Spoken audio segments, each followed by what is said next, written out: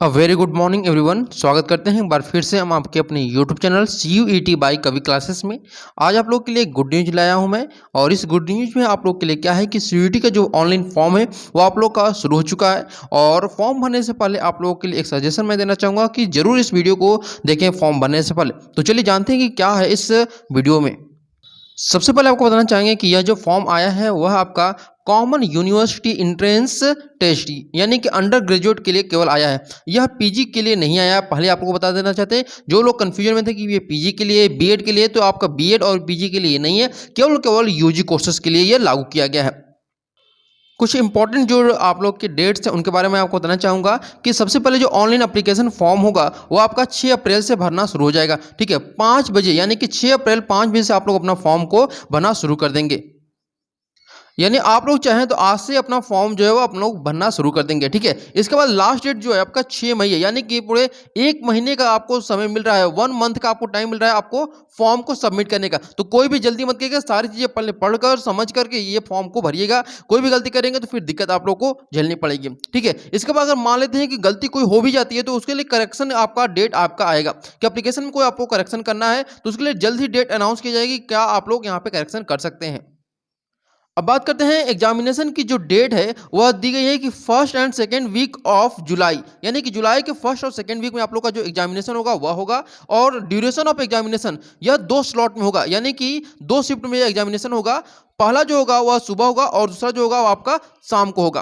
पहला जो सुबह होगा वह आपका 9 AM से लेकर 12 PM तक होगा। ठीक है, 12-15 PM तक। उसके बाद आप लोग का 3 PM से लेकर के 6-15 PM तक आप लोग का एंट्रेंस एग्जामिनेशन होगा।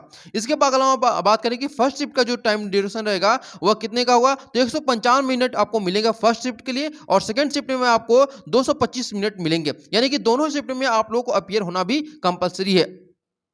और अगर हम बात करें ऑफिशियल वेबसाइट कहाँ से आप ये फॉर्म भर सकते हैं, तो यह फॉर्म आप लोग इस वेबसाइट के द्वारा भर सकते हैं कि https://cuet.samarth.ac.in पे यह फॉर्म आप लोग का अवेलेबल है।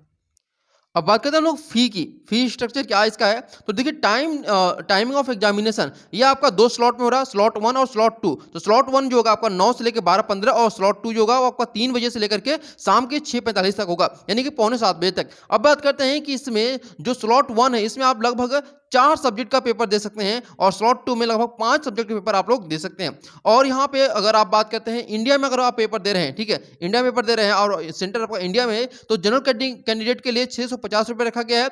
और क्या कहते हैं, स्लॉट 1 के लिए और स्लॉट 2 दोनों के लिए 650 रुपये रखा गया है। ठीक है, ओबीसी के लिए 600 और ओबीसी के लिए 600, यानी कि 600 रुपये ओबीसी के लिए, 650 रुपये जनरल कैंडिडेट के लिए, और SC ST और PWD जो कैंडिडेट हैं उनके लिए 550 रुपये रखे गए। अगर आप आउटसाइड ऑफ इंडिया करते हैं, यानी कि जो आपका सेंटर है वह इंडिया के बाहर कहीं भी है, तो आपको 3000 रुपये पेमेंट करना पड़ेगा सिर्फ और सिर्फ एंट्रेंस एग्जामिनेशन देने के लिए। जैसा मैंने आपको सिलेबस के बारे में बता भी दिया था कि जो आपका सिलेबस रहेगा वो 3 सेक्शन में बांटा गया है। ठीक है, सेक्शन 1 जो आपका रहेगा वह लैंग्वेज का रहेगा। ठीक, इसमें 2 लैंग्वेज बांटा गया है, सेक्शन 1A और सेक्शन 1B। इन दोनों में से कोई एक लैंग्वेज आपको चूज करना पड़ेगा। इसके बाद सेक्शन 2 आपको डोमेन जो सब्जेक्ट आपका रहेगा, मेन सब्जेक्ट, उसका एग्जामिनेशन होगा। और उसके बाद आपका यहाँ पे जो कह सकते हैं जनरल एप्टीट्यूड, ठीक है, यानी कि जो आपका GK GS का पेपर होगा वो आपका यहाँ पे देना होगा सेक्शन 3 में। तो ये आपका पेपर पैटर्न रहा। और बात करेगा कि आपका जो मोड ऑफ एग्जामिनेशन होगा वो किस प्रकार से होगा, तो CBT मोड पे होगा, यानी कि कंप्यूटर बेस्ड आप लोग का एग्जामिनेशन होगा। और बात करें अगर मीडियम की, यानी कि किस मीडियम आप लोग पेपर दे सकते हैं, तो लैंग्वेज जो सेक्शन आपका 1A 1B है उसको छोड़ दिया जाए तो कुल 13 भाषाओं में आप लोग पेपर को दे सकते हैं। ठीक है, जिसमें आपका आसमिया, बंगाली, इंग्लिश, हिंदी, इन सभी आपके पेपर जो है, उर्दू भी है, इसको भी आप लोग पेपर में शामिल कर सकते हैं कि इस माध्यम आपका रहेगा। जैसे उर्दू आपका माध्यम, तो उर्दू के माध्यम से आप पेपर दे सकते हैं, पंजाबी माध्यम से दे सकते हैं, हिंदी माध्यम से दे सकते हैं, और इंग्लिश माध्यम से भी दे सकते हैं। पेपर पैटर्न अगर बात करें किस प्रकार के क्वेश्चन पेपर आपके रहेंगे, तो यह ऑब्जेक्टिव टाइप के क्वेश्चन रहेंगे, और 12th आपका जो कह सकते हैं कि 12th बेस पर रहेंगे, और NCERT रहेंगे। ठीक है, NCERT किताबों के पर ही आप लोग का यह पेपर पैटर्न होगा। अब बात करते हैं हम लोग एलिजिबिलिटी क्राइटेरिया की। यहाँ पर एज का कोई बाउंडेशन नहीं है, मिनिमम और मैक्सिमम एज का कोई भी बाउंडेशन नहीं रखा गया है। बस ये भी रखा गया है कि आपको 12th पास हो या फिर आप अपियरिंग में हो। ठीक है, अपियरिंग में हो या फिर 12th पास हो, ये आप लोग को होना चाहिए। ये क्लियर हो बातें। तो अगर आप इन दोनों में से कोई भी क्राइटेरिया पूरा करते हैं तो आप इस फॉर्म को भर सकते हैं। उम्मीद है आप सभी को यह जानकारी अच्छी लगी हो। अगर आप जानकारी अच्छी लगी तो जरूर इस सेशन को लाइक करिएगा, शेयर करिएगा और अपने सभी मित्रों में इसको शेयर भी करिएगा ताकि सभी मित्रों को आपके सीयूईटी के बारे में जो भी जानकारी हो सबसे पहले आप लोग को मिलनी चाहिए। ठीक है, okay, thank you everyone, thank you so much for watching this video.